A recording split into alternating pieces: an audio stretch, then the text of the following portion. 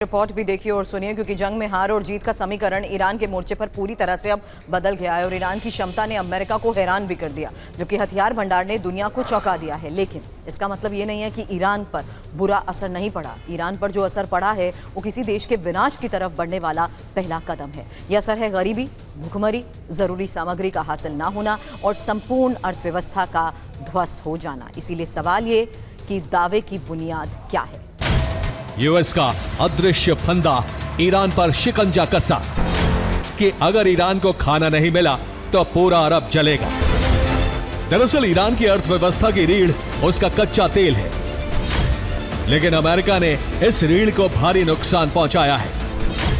अमेरिकी central command ने Hormuz strait में एक अदृश्य दीवार खड़ी कर दी। ऐसी दीवार जिसे पार करना किसी भी कमर्शियल जहाज के लिए नामुमकिन हो गया है। दावा है कि जुलाई मध्य से अब तक यूएस नेवी ने 64 से ज्यादा कमर्शियल जहाजों को ईरानी पोर्ट पर जाने से रोका है। इनमें से कई जहाजों के रास्ते भी अमेरिकी नौसेना ने बदलवा दिए। फार्स न्यूज के मुताबिक ईरानी सेना आवाजाही की शर्तों पर हॉर्मुज में कार्रवाई कर रही है। यूएई के एक तेल टैंकर को आईआरजीसी ने जब्त भी कर लिया है। ईरान में वार्षिक महंगाई दर 66% से ऊपर चली गई है।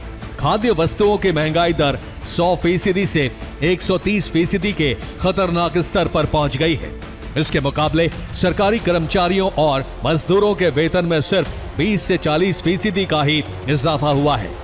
इसके विश्लेषण में बताया गया है कि ईरान में 1 किलो चिकन की कीमत 55 लाख से 57 लाख रियाल है। एक कार्टन अंडे की कीमत 18 लाख से 22 लाख रियाल तक पहुंच गई है। 1 लीटर दूध भी 4.5 लाख से 6 लाख रियाल का हो गया है। खाने का 1 लीटर तेल भी 18 लाख से 23 लाख रियाल में मिल रहा है और ब्रेड की कीमत भी 1 लाख रियाल से 2.5 लाख रियाल हो गई है। हूती विद्रोहियों ने मोखा तट के पास बड़े जहाज पर मिसाइल हमला किया। यह जहाज सऊदी अरब का था, जिसे 4 सैन्य जहाज एस्कॉर्ट कर रहे थे। यही नहीं, इराक में भी ईरान समर्थित मिलिशिया ने ड्रोन हमले कर दिए।